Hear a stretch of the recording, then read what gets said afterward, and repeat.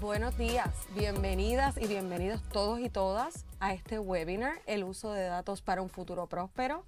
Aquí el Instituto del Desarrollo de la Juventud se enorgullece en recibirles y presentarles los últimos datos sobre el estado de las familias, la niñez y la juventud para Puerto Rico, como parte de las actividades de nuestro Data Week 2025. Esta semana de datos nos hemos dado a la tarea de presentarle al país todos los indicadores y datos sobre las condiciones en las que viven nuestras familias con menores a través de todo el archipiélago. Les quiero agradecer por su conexión y presentarles a Sara Vázquez, nuestra directora ejecutiva. Gracias, Estela, por la presentación y gracias a todos y todas ustedes por conectar con nosotros en este espacio. Como bien saben, año tras año, el Instituto del Desarrollo de la Juventud hace su semana de datos, un ejercicio de visibilizar las condiciones de la niñez y la juventud en Puerto Rico. A mí me toca el honor de presentar, ¿verdad?, un poco lo que hacemos. El Instituto del Desarrollo de la Juventud es la única organización en Puerto Rico que aboga tanto a nivel local como federal por remover las barreras que enfrentan las familias hacia su movilidad económica. Desde el Instituto estamos convencidos de que la pobreza infantil puede bajar. Ese número realmente que estamos viendo estático de que 5 de cada 10 niños viven en pobreza, lo podemos solucionar. Y un poco hoy vamos a hacer ese ejercicio de visibilización de datos aquí, pero con un lente de la solución. Lo que queremos es que lo veamos como que todas y todas podemos impulsar las soluciones, ¿verdad?, que hemos lanzado en nuestra agenda para que de una manera u otra ustedes se puedan unir. Todos los que están en este espacio estamos convencidos de que esto es posible. Si ustedes conectan en este espacio es porque creen junto a nosotras que remover esas barreras y lograr la movilidad económica en Puerto Rico para las familias que viven en pobreza es posible. Yo no me quiero tomar más tiempo porque tenemos mucha información que vamos a estar compartiendo con ustedes en la mañana de hoy y para esto, ¿verdad?, le paso el batón a la doctora María Enchautegui, quien nos acompaña hoy. Muchas gracias, Sara. Yo soy la doctora María Enchautegui y es directora de investigación y conocimiento en el IDJ.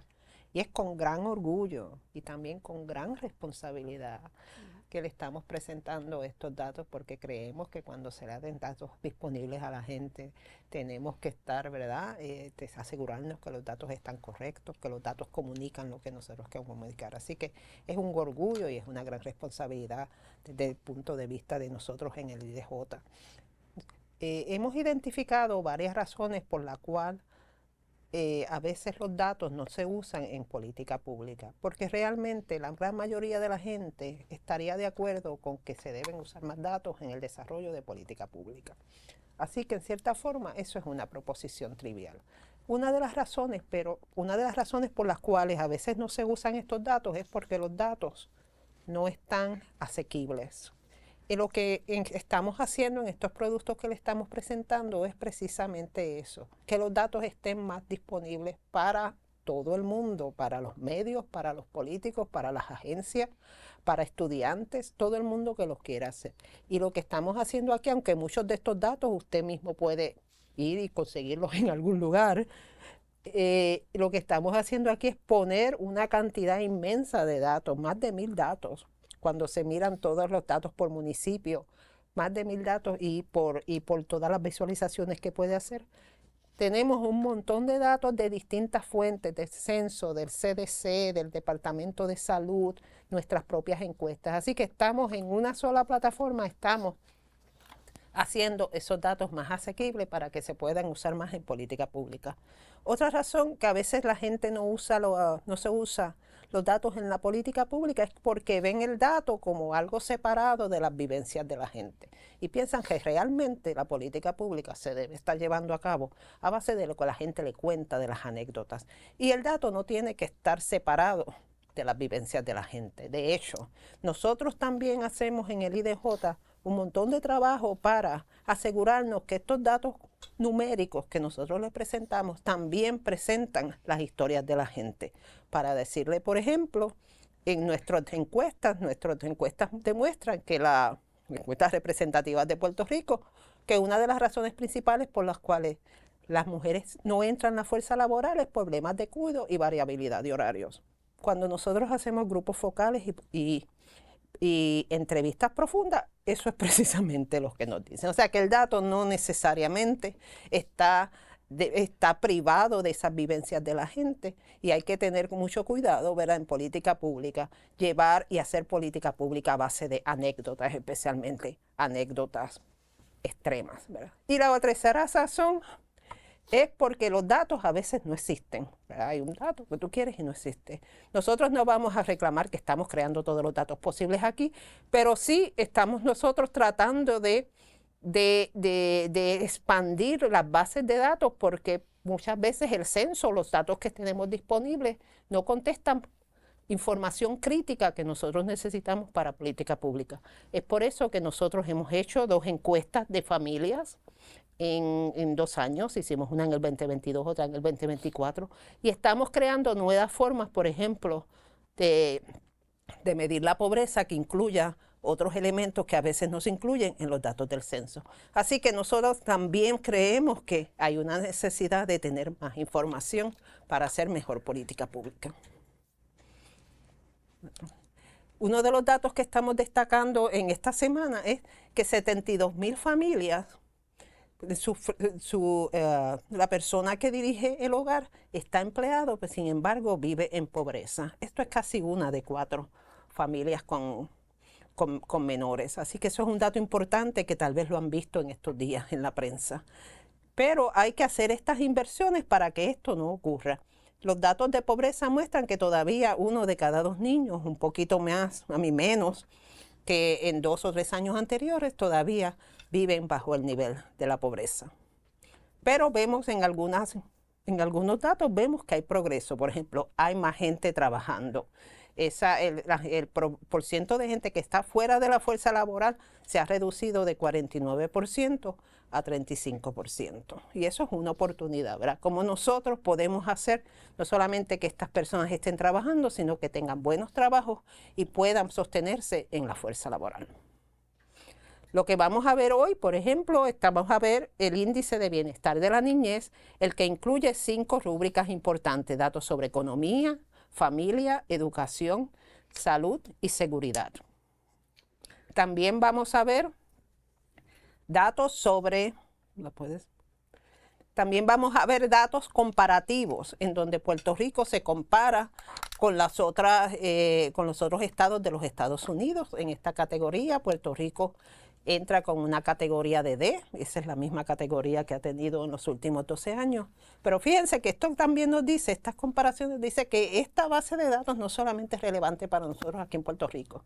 Este dato está disponible para una persona de Idaho que lo quiera comparar, para cualquier persona de, qué sé yo, de Maine, de Texas, puede usar estos datos para ver cómo su estado compara. Así que tiene muchísima utilidad por encima de Puerto Rico. También les vamos a presentar el Centro de Datos de Familia, en donde ahí ustedes pueden hacer muchas visualizaciones y muchos cruces, es más interactivo y es una herramienta fabulosa. Uno de los datos, en cuando decimos expandir los datos que tenemos disponibles, es lo que les vamos a presentar hoy sobre inseguridad alimentaria. En la encuesta de familias con menos de hasta $35,000 y jefas que tienen menos de 60 años, uno de los módulos que nosotros estamos recogiendo es inseguridad alimentaria. Así que hoy vamos a escuchar un poco de Valerie Braille y lo que nos están diciendo esos números. Otro de los datos en la forma en que nosotros estamos expandiendo los datos es el Puerto Rico Poverty Measures.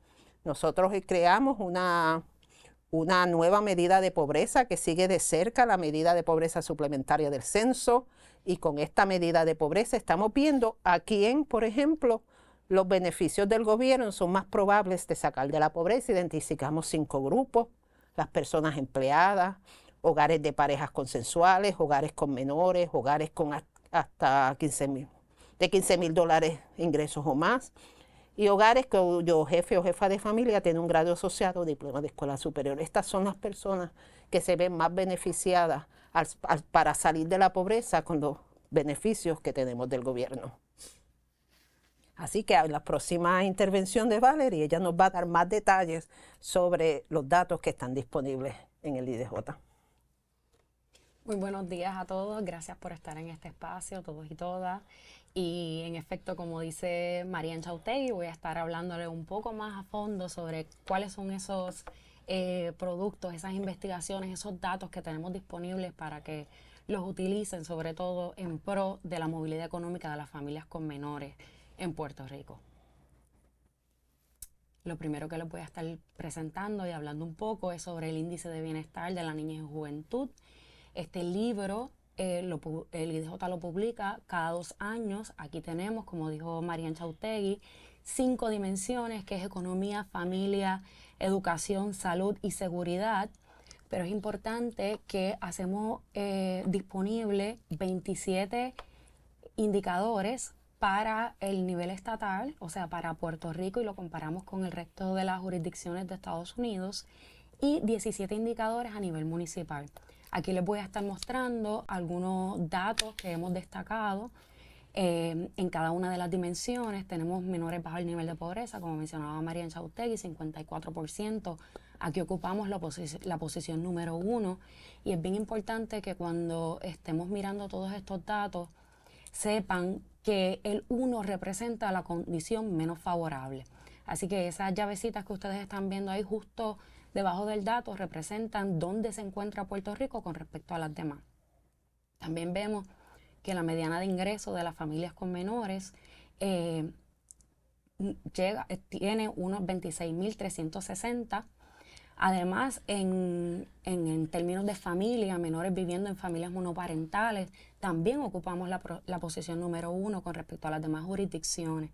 Ahora bien, en términos de educación, tenemos menores de 3 y 4 años no matriculados en preescolar. Aquí estamos en la posición 47, lo que quiere decir que estamos más favorables con respecto a 46 jurisdicciones.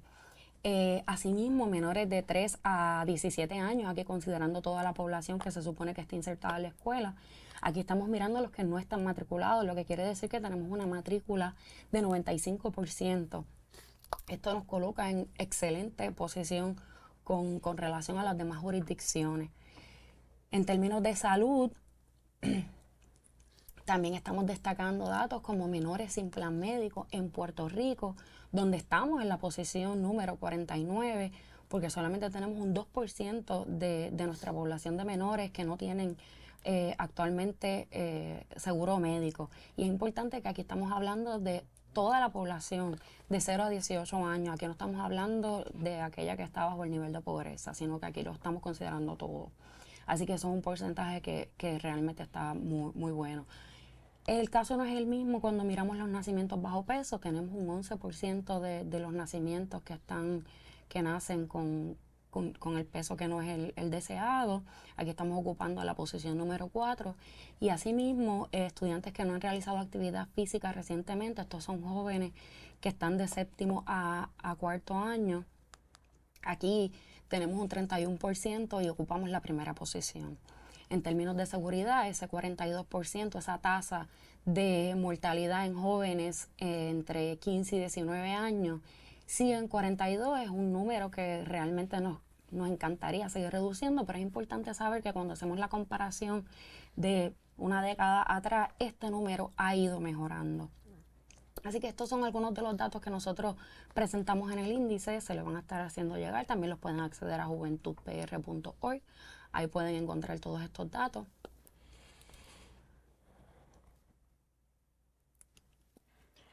Estos datos, como se ven a nivel de estado, se pueden ver mucho peor a nivel municipal. Como les mencioné, esto es un libro porque nosotros tenemos los 78 municipios de Puerto Rico. Y indicadores que vemos a nivel de Puerto Rico, como menores de 0 a 17 años viviendo bajo el umbral de pobreza, cuando lo miramos a nivel municipal, vemos que hay municipios como Vieques, Adjuntas, Comerío, Guánica, Mayagüez, que superan el 70% de los menores que viven bajo el umbral de pobreza. Adjuntas, Vieques, estamos diciendo que 8 de cada 10 niños viven bajo el nivel de pobreza. Esto es realmente alarmante que sea de esa forma. También cuando miramos la mediana de ingresos de los niños y niñas jóvenes, de las familias, con niños, niñas y jóvenes en Puerto Rico, tenemos que es 26.360 a nivel de Puerto Rico, pero cuando lo miramos a nivel municipal, tenemos pues municipios que no superan los $15,000 al año. Ahora bien, yo quiero invitarles a todos y a todas que hagan un ejercicio con nosotras y entren a nuestra página juventudpr.org. Yo quiero que ustedes en el chat o en la sección de preguntas nos pongan cuál es la mediana de ingresos de las familias con menores en el municipio donde usted reside. Queremos que exploren nuestra herramienta, que compartan con nosotras de dónde nos están mirando, qué piensan de ese dato cuando lo miran, sabían de ese dato. Aquí más o menos les voy a ir haciendo una demostración mientras ustedes van buscando esos datos y nos los van compartiendo, de cómo ustedes acceden a nuestra plataforma y pueden buscar el dato específico de la mediana de ingreso.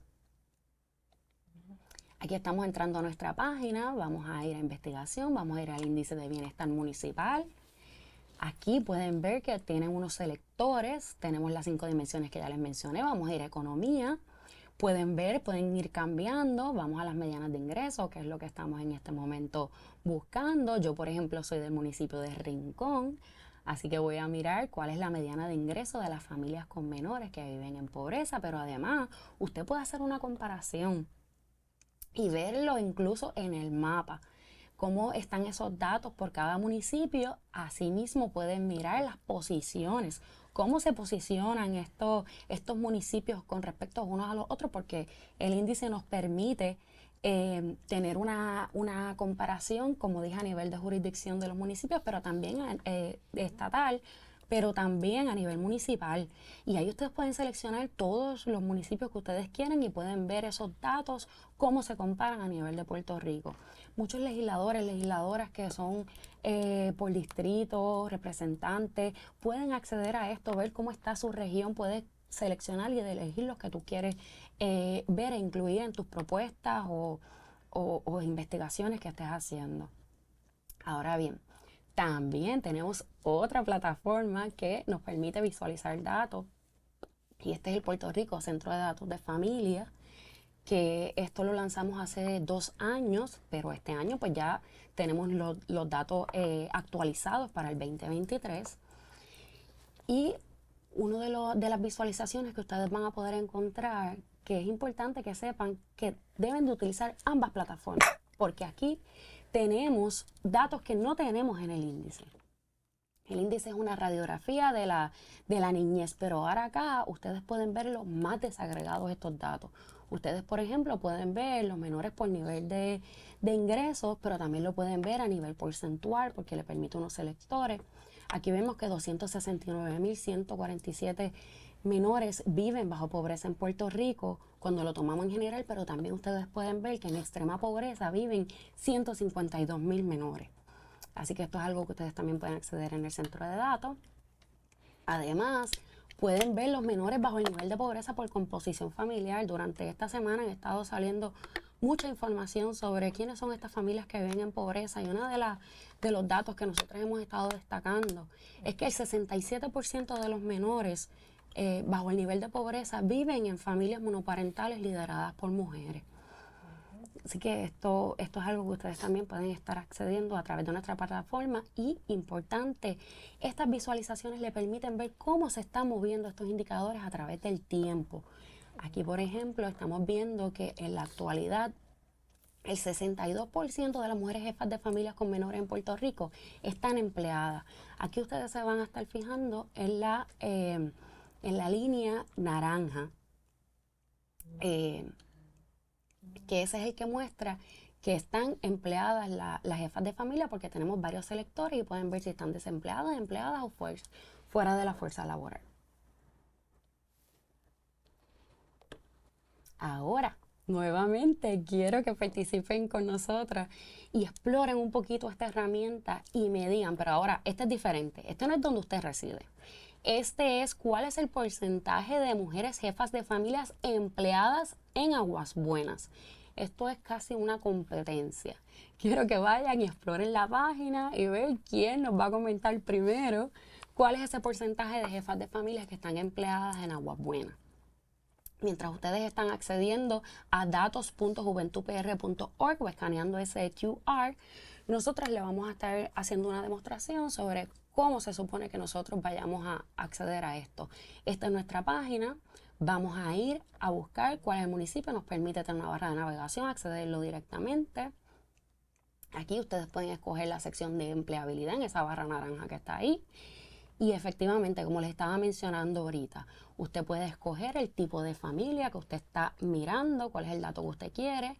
Puede verlo cómo se mueven estos datos a nivel de a través del tiempo, y tiene la opción de escoger los selectores de cuál es el dato específico que usted quiere ver. Algo bien importante, esta plataforma le permite a usted descargar esa visualización. O sea, esto es tan sencillo como que usted lo descarga y lo pegó en su propuesta o en su informe, en lo que usted necesite. Y moviéndonos un poco, esta plataforma del Puerto Rico Family Data Center también nos provee datos sobre barreras al empleo, que como le mencionaba Marién Chautegui, es la encuesta que nosotros en el IDJ estamos recogiendo hogar por hogar. Esta encuesta socioeconómica de las familias con menores recopila datos sobre empleabilidad, barreras al empleo, ingresos, salud, seguridad alimentaria, participación en el sistema de protección social, entre otros. Específicamente, a continuación voy a estar hablando sobre ese módulo que nosotros añadimos sobre seguridad alimentaria en Puerto Rico. Este año publicó el IDJ un informe, las familias con menores en Puerto Rico sufren de inseguridad alimentaria. Este informe consideró las 6 preguntas que hicimos en esa encuesta que hicimos hogar por hogar, y de ahí pudimos crear un índice que nos permite saber cómo se ven estas familias con menores. Es bien impactante que 1 de cada 10 familias sufren de inseguridad alimentaria extrema. El 59% de las personas informó que muchas veces los alimentos que compraron en su hogar no duraron lo suficiente y no hubo dinero para comprar más alimentos. El 42% de las personas informaron que muchas veces no pudo comer comidas balanceadas por falta de dinero. Y en promedio, el 23% de los hogares informaron haber tenido alguna restricción alimentaria durante el año por razones económicas. Otro de los datos que es importante cuando mencionamos que 1 de cada 10 familias experimentan inseguridad alimentaria extrema es cuál es esta participación de hogares con menores que participan del PAN. Tenemos que el 58% de estos hogares participan del PAN, esto es de toda la población. Del total de hogares que participan del PAN, el 68% vive bajo el umbral de pobreza. El 19% de los hogares viven bajo pobreza, y la mediana de ingresos de estos hogares es $14,200 al año. El 59% de los hogares que participan del PAN tienen al menos una persona empleada. Esto es un dato bien relevante porque miramos ese 59, miramos ese 58. Ahí hay un segmento de la población que en efecto está empleada y aún así participa del PAN y viven bajo el umbral de pobreza. Ahora los paso con mi compañera Estela, quien va a estar teniendo unas consideraciones finales. Gracias, Valerie. Quiero destacar que Jay fue el primero que envió al chat el dato sobre Aguas Buenas. Y tuvimos participación en términos a la primera pregunta para el municipio de Las Piedras, de San Lorenzo y otros. Lo importante de todo lo que han compartido nuestras compañeras es que, 1, los datos están disponibles y tienen que ser la brújula que dirija todos los esfuerzos que estamos realizando y que estamos por comenzar a realizar en favor de la niñez, la juventud y las familias alrededor de todo el archipiélago, y eso es importante. Todos estos datos van a ser necesarios que se usen precisamente porque las familias merecen soluciones, merecen mejores condiciones de vida. Y la invitación en este momento es a que utilicemos esos datos para establecer las prioridades de política pública y los planes de trabajo que tenemos que impulsar para brindar mayores oportunidades a nuestras familias. Y también para, precisamente en este momento histórico donde se están discutiendo y se va a evaluar el presupuesto general de Puerto Rico, establecer cuáles son las prioridades de inversión para que nuestras familias prosperen. para promover que tomemos decisiones basadas en datos y basadas en la realidad de lo que necesitamos que se resuelva. Que podamos facilitar mejores estándares para medir cuál es el bienestar de los municipios, pero también a nivel estatal, que fomentemos el debate sano de dónde estamos y cuál es la situación de la niñez y que sensibilicemos la opinión pública. La mayoría de nosotras y de ustedes que están viendo este webinar conocen cuáles son las necesidades de las familias, les sirven todos los días, trabajan por su comunidad y necesitamos un poco partir del conocimiento que tenemos, pero también de estos datos para comenzar a sensibilizar la discusión pública y focalizar específicamente cuáles son las necesidades de las familias y que participemos, que impulsemos, que participemos todos los sectores. El Instituto del Desarrollo de la Juventud solo no va a lograr la meta de reducción de la pobreza infantil. La Comisión de Reducción de Pobreza Infantil sola no lo va a lograr hacer. Necesitamos que el gobierno, que la agencia, que el poder estatal, que el poder legislativo, que el sector privado y el sector cívico se sienten en la misma mesa y pueda discutir a base de los datos y las soluciones que están trazadas para lograr esos cambios que queremos y que luego también podamos ver cuáles son las iniciativas que están en marcha y podamos evaluar si el impacto ha sido positivo o si tenemos que cambiar el rumbo, hacer ajustes para que en efecto los programas, las leyes y las prácticas mejor sirvan a las familias. Además, poner en marcha y ponerle ojo a nuestra agenda.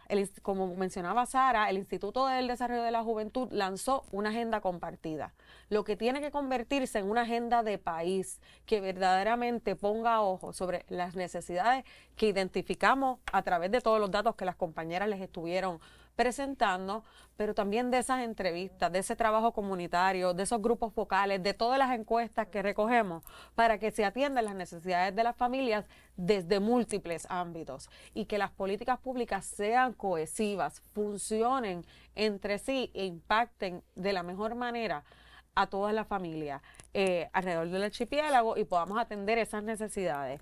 Nosotros lo dividimos en 4 áreas mayores específicas sobre el apoyo al trabajo. ¿Qué apoyos necesitan las familias cuando entran al mercado laboral? Que el trabajo pague. Por ejemplo, ese crédito por trabajo que ahora mismo está en discusión en términos de corte de fondos porque se invierte. En la discusión pública se habla de que se invierte demasiado y cuesta demasiado el crédito. Eso lo que significa es que funciona, que cada vez más, como los datos que han demostrado las compañeras y que le compartió la doctora Enchautegui al inicio, sobre esas 72,000 familias que están trabajando hoy, que salen todos los días de su casa a trabajar, se pueden beneficiar de esto. Eso lo que significa es que la política funciona y tenemos que mantenerla y defenderla. El crédito por menor dependiente, el que trabajamos para expandir durante unos años y logramos una victoria importantísima para las familias en el 2021, mantenerlo y asegurar que esté accesible y que las familias puedan llenar sus planillas y recibirlo. Pero también en el instituto hemos comenzado a promover un nuevo crédito por menor dependiente a nivel local. Esta es la primera propuesta grande, independiente que realiza el gran equipo de la doctora Enchautegui desde la perspectiva de política pública y queremos empezar a dialogar con todos ustedes para mejor promoverla y lograrlo por el beneficio de las familias. Por otra parte, tenemos que promover el desarrollo de las destrezas que nuestros niños, nuestros jóvenes y sus papás necesitan para entrar, sí, al mercado laboral, pero poder lograr tener una buena carrera, que tengan las destrezas, que los programas funcionen para que las familias puedan entrar a esos empleos del futuro y que sean buenos empleos y puedan crecer y prosperar. También, por otra parte, la creación de empleo. Y en esta conversación, sin lugar a dudas, tenemos que tomar en consideración no solo al gobierno, pero al sector privado y cuáles son los incentivos que tenemos que empezar a mirar para que se puedan crear mejores empleos que beneficien a las familias con menores y niños a través de créditos tributarios por oportunidades de trabajo y empleos subsidiados que sean focalizados en las necesidades de estas familias y que les beneficie directamente. Y por último, el remover barreras al empleo. como hemos discutido durante esta mañana, hay múltiples barreras para que las familias, específicamente las mujeres solteras que están criando solas, puedan tener una carrera, puedan tener un buen empleo. Si mamá no sabe cuáles son sus horarios, no puede hacer todos los ajustes y eso se convierte en una barrera al empleo cuando no tiene cómo manejar la situación con sus hijos. Si no hay espacios de cuidado, si no hay Head Start, si no hay After School luego de las escuelas, una mamá no puede tener un trabajo como todos conocemos a tiempo completo, 8 a 5 o 9 a 6, porque los niños salen a las 2:20 de la escuela. ¿Quién los busca? ¿Qué va a pasar con los menores? Y esas cosas tenemos que atenderlas integralmente para poder continuar removiendo barreras y lograr la prosperidad que las familias necesitan. En específico, sabemos que con todas estas hojas de ruta está aprobada, podemos lograr grandes cambios y romper las barreras que están atrasando a las familias. Y le hacemos un llamado, finalmente, a todos los sectores. Miren nuestra agenda, únanse a esta agenda de cambio. Lo que promovemos es que sea una agenda de país. Nosotros tenemos una meta de país de reducción de pobreza y necesitamos una agenda de país para transformar la realidad en la que sobreviven casi 300,000 menores hoy. Todos los sectores tenemos que innovar, tenemos que apoyar estas soluciones. El gobierno tiene que saber que el Instituto del Desarrollo de la Juventud está listo para colaborar. Estamos listos, tenemos los datos, tenemos las soluciones, las hemos presentado y queremos ser un puente. Queremos apoyar técnicamente para que juntos podamos lograr esos objetivos que compartimos. Habiendo dicho todo esto, quiero abrir el espacio a las preguntas. Sé que han habido algunos comentarios, específicamente me los están enviando. Les invito a que continúen compartiendo sus preguntas a través del chat o de la aplicación de preguntas y respuestas. Inicialmente, quiero un poco que me aclaren. Dulce nos envía un mensaje a través del chat. Específicamente nos dice que Culebra parece que la mediana de ingreso es de 40,635 y ese dato puede dar la imagen de que estamos muy superior cuando nuestro entender es que se da por la desigualdad social para lograr esta mediana, porque se incluyen a los millonarios y billonarios que aquí residen. Nos encantaría dialogar en relación a esto. Eso es un buen punto, Dulce. Específicamente creo que Valerie puede abundar más sobre eso. Sí sabemos que hay tela para cortar sobre ese asunto, pero precisamente es la mediana de ingresos y toma en consideración los ingresos que se reportan en la isla municipio de Culebra y por eso se ve representada de esa manera. Valerie. Sí, realmente también tenemos bien pocas familias con menores en Culebra y los estimados, este dato surge del censo. Son datos representativos, pero recordemos que estos datos son estimados de 5 años, los que tenemos a nivel municipal, no son estimados anuales. Esto se va ajustando a través del tiempo, así que es interesante conocer a alguien que de cerca está en el municipio y puede retar estos datos que están disponibles, pero en efecto yo creo que ella misma se contesta al decir que pues la población de Culebra está cambiando y realmente pues no necesariamente es la realidad de todas las familias que viven allí lo que se muestra aquí. María, ¿tienes algo que añadir un poco para abundar a esa conversación? No, sí, en efecto, ¿verdad? La mediana es pues lo que se llama una medida de tendencia central, ¿verdad? Si nosotros queremos, tal vez se puede cortar más en términos de cuántos están por 90% de la mediana, bien por debajo de la mediana. Pero lo que tratamos de presentar aquí es un retrato y la visión de la calle, la visión de la gente que está ahí siempre puede añadir más ese dato y poder contextualizarlo más. Así que si esto provoca esa conversación, yo creo que es bienvenido.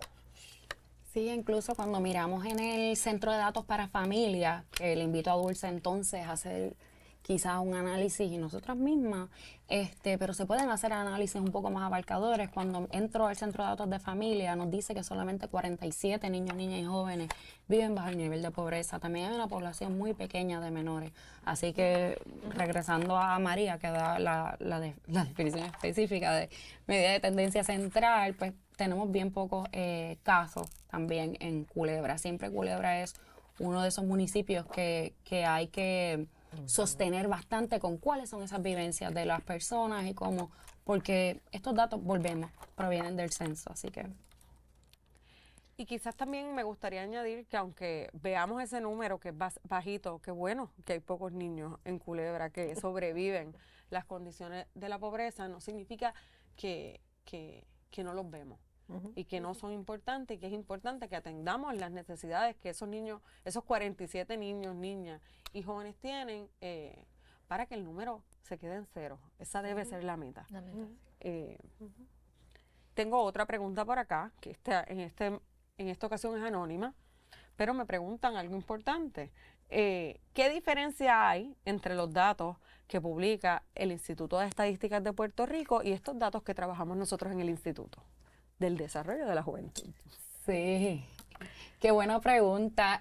Realmente el Instituto de Estadísticas tiene un acervo bastante amplio de los datos que están disponibles para Puerto Rico, pero nosotras en el Instituto del Desarrollo de la Juventud trabajamos datos y curamos datos hasta cierto punto que están relacionados a la niñez y juventud de Puerto Rico.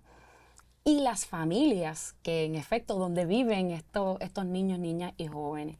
Así que es muy buena pregunta, pero realmente nuestra distinción en el instituto, todo lo que proveemos, las visualizaciones, el índice, estamos haciendo una radiografía constante, realmente eso no lo tiene disponible el Instituto de Estadística, porque nosotras nos hemos dedicado a retratar esas condiciones y trabajar en pro de nuestra niñez, de esta población y de las familias que viven con menores.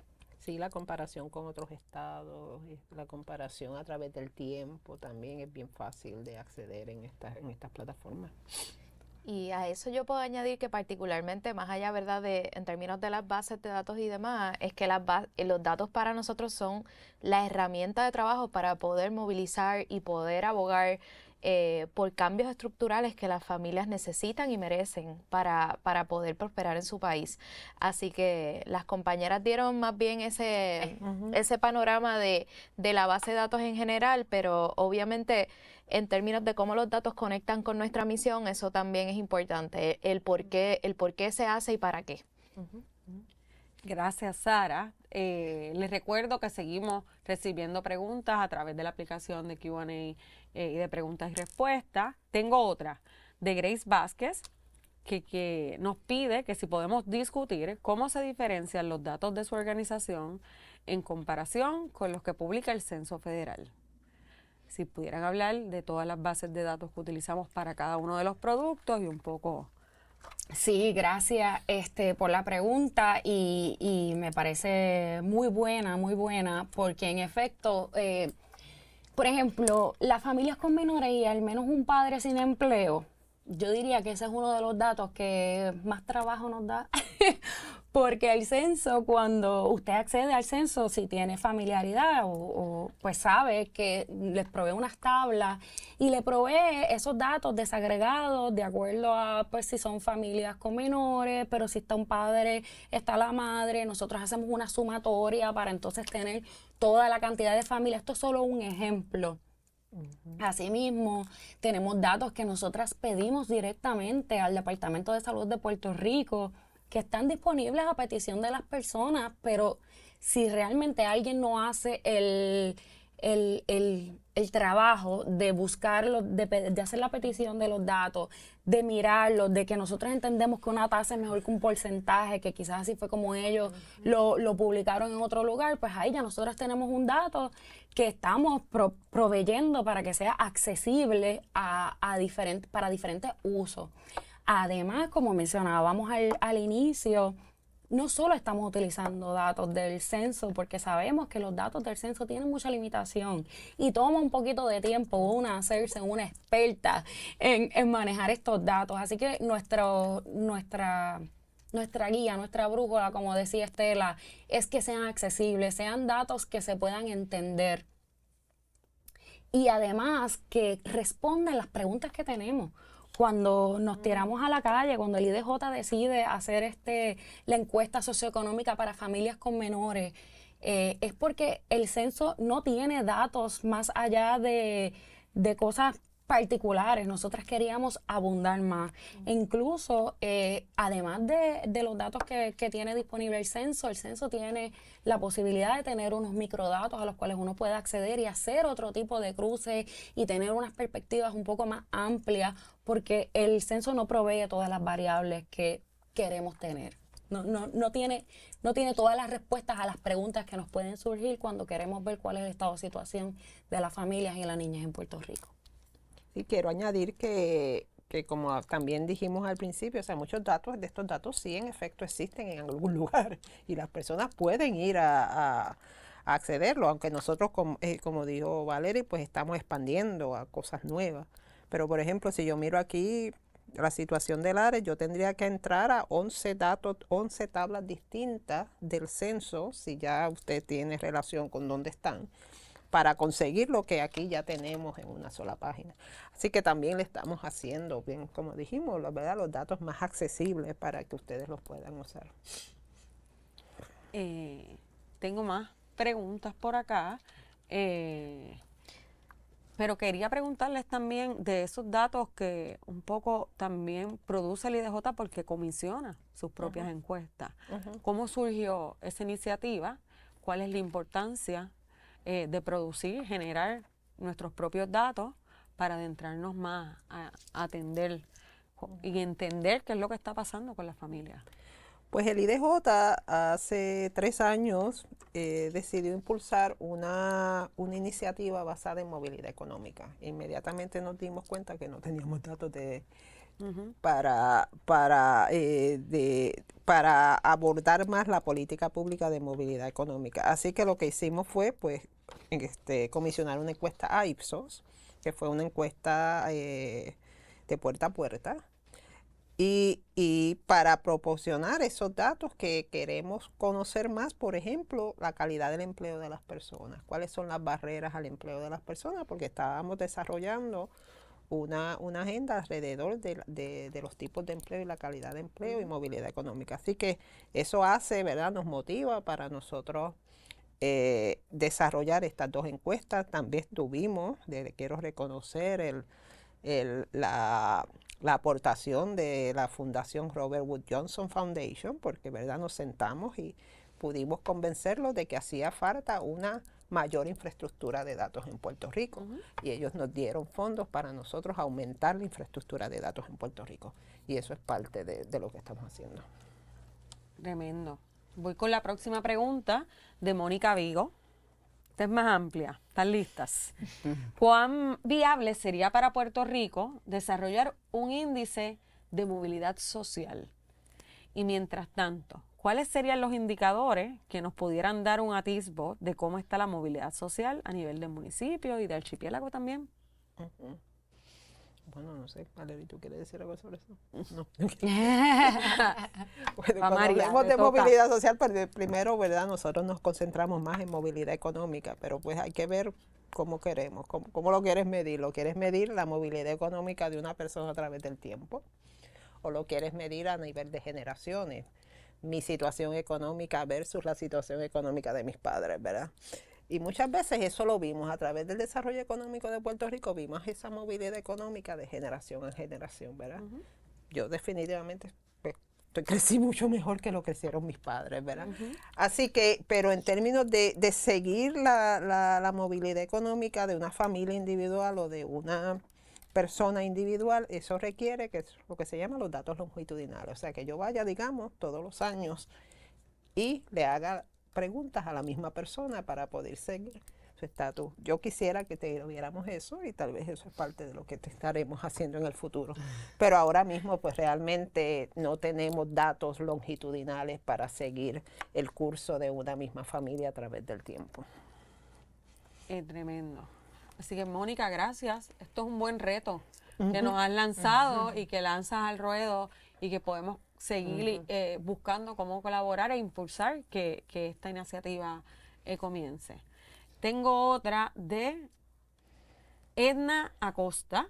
Edna Acosta nos pregunta que cómo puede y dónde puede conseguir detalles de las fuentes de datos, de estos datos, qué datos son los que curamos nosotros y cuáles son su procedencia.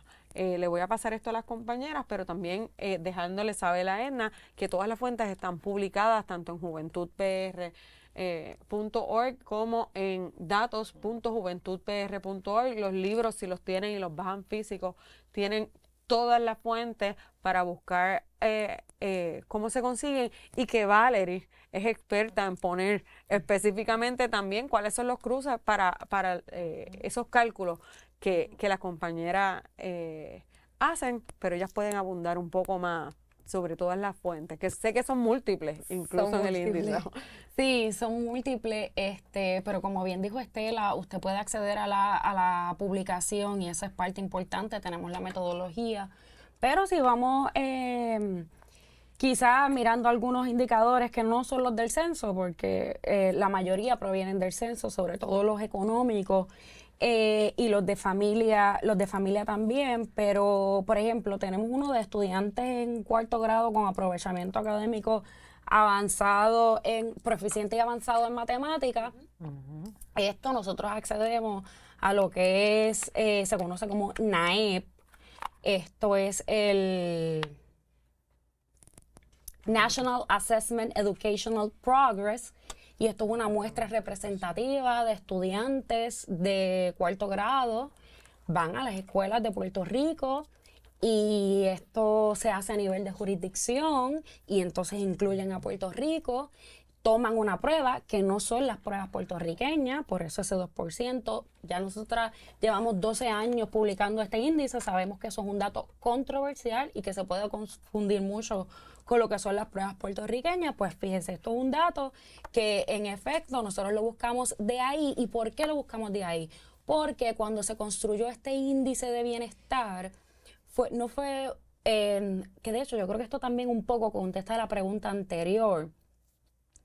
Estos fueron mucho tiempo de trabajo, de reuniones, de colaboraciones, de entender dónde está la necesidad de Puerto Rico, cómo podemos retratar. Estos fueron muchos expertos y expertas, fueron otras organizaciones que de igual forma, por eso digo que quizás podría contestar la pregunta anterior cuando ella dice un índice de movilidad social.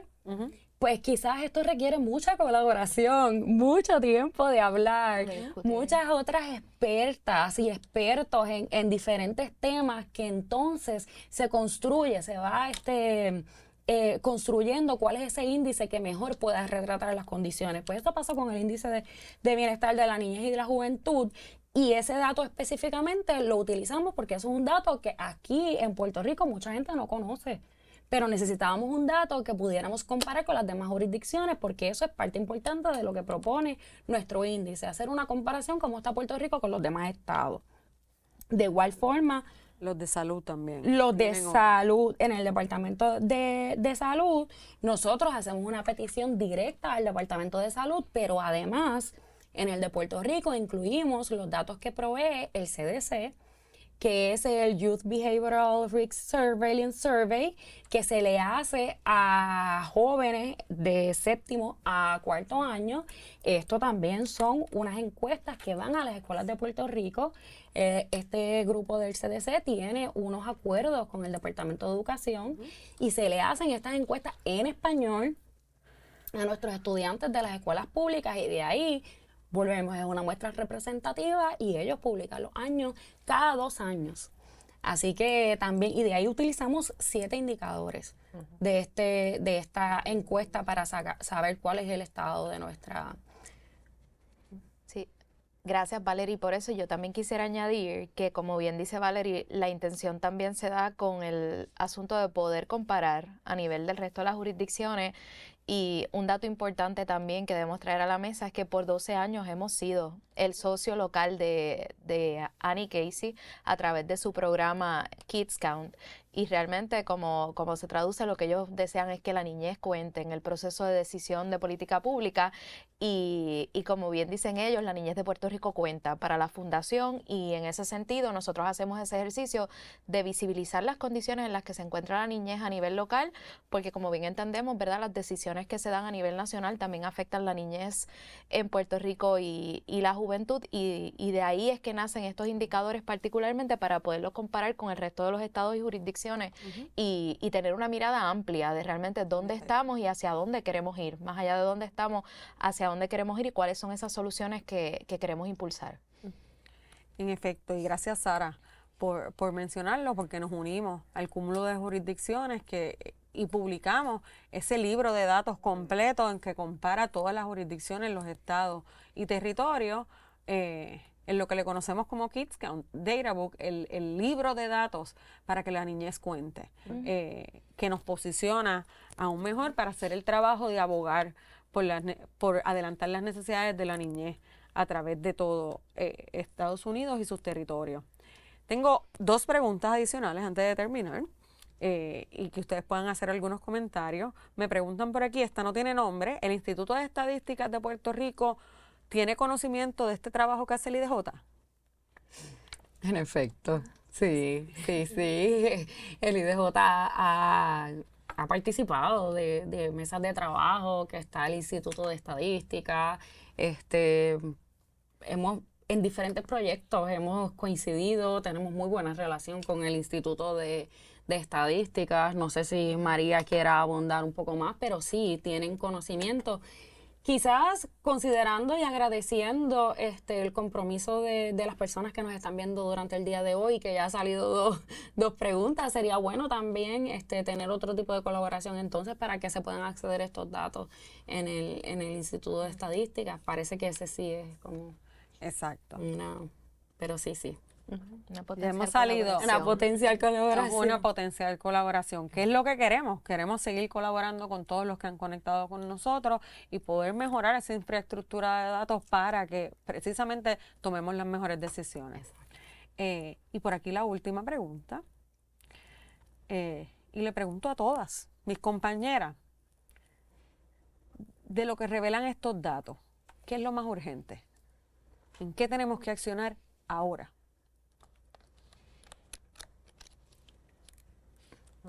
Podemos ir en este Podemos ir orden, en vamos este a orden. decir. Vamos con Sara. Qué profunda, fue buena, tremenda pregunta.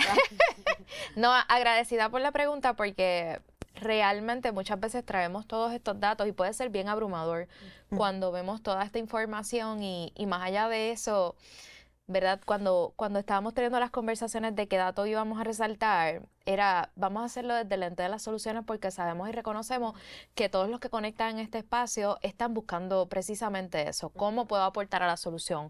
¿Cómo puedo ser partícipe? ¿Y qué información tengo disponible para poder seguir moviendo, como bien dice Estela, utilizando los datos como esa brújula de la solución que cada uno de ustedes impulsan desde sus espacios?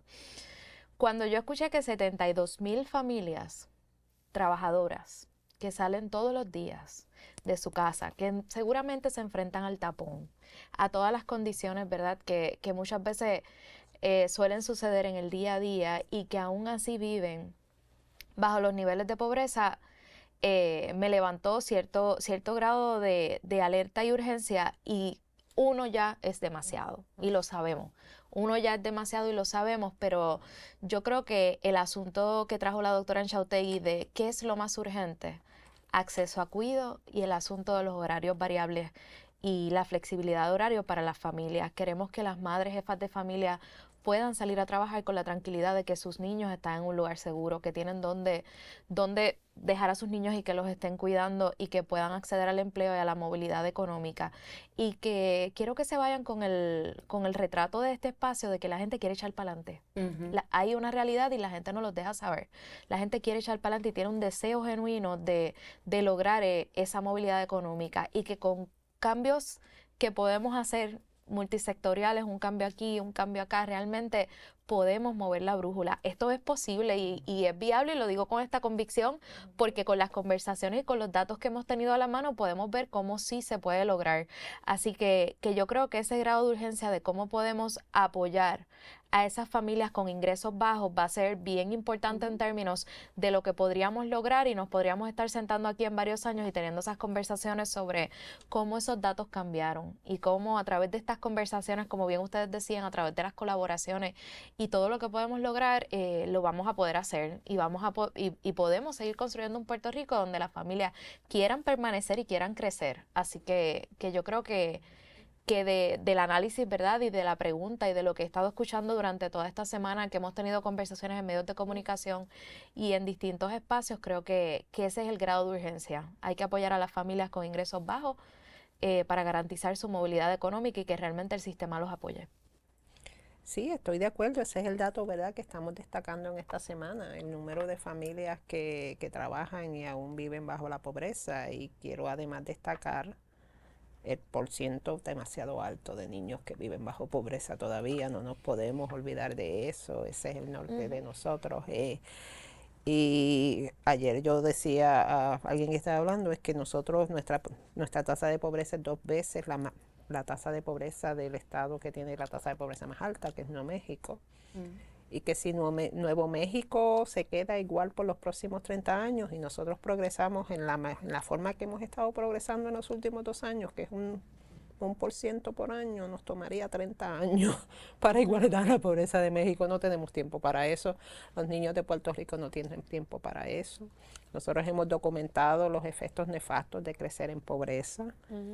Y esto se tiene que resolver rápido. Nosotros no podemos, por ejemplo, aunque yo entiendo la importancia de la educación, pero no podemos exponer a un niño a 12, 13 años en pobreza para luego que él salga de pobreza a través de tener un grado universitario, ¿verdad?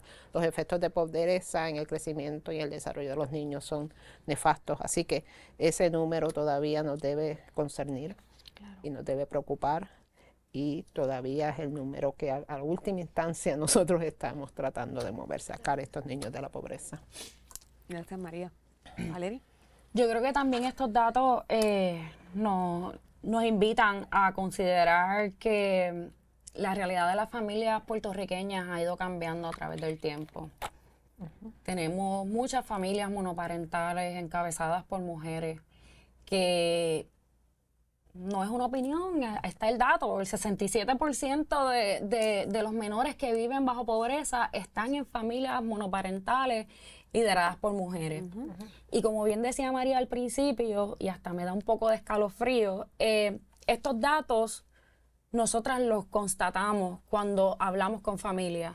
Nosotras hicimos unas entrevistas a mujeres jefas de familia, específicamente yo tuve la oportunidad de conversar con varias mujeres que contaban de los malabares que tenían que hacer para poder mantener un trabajo.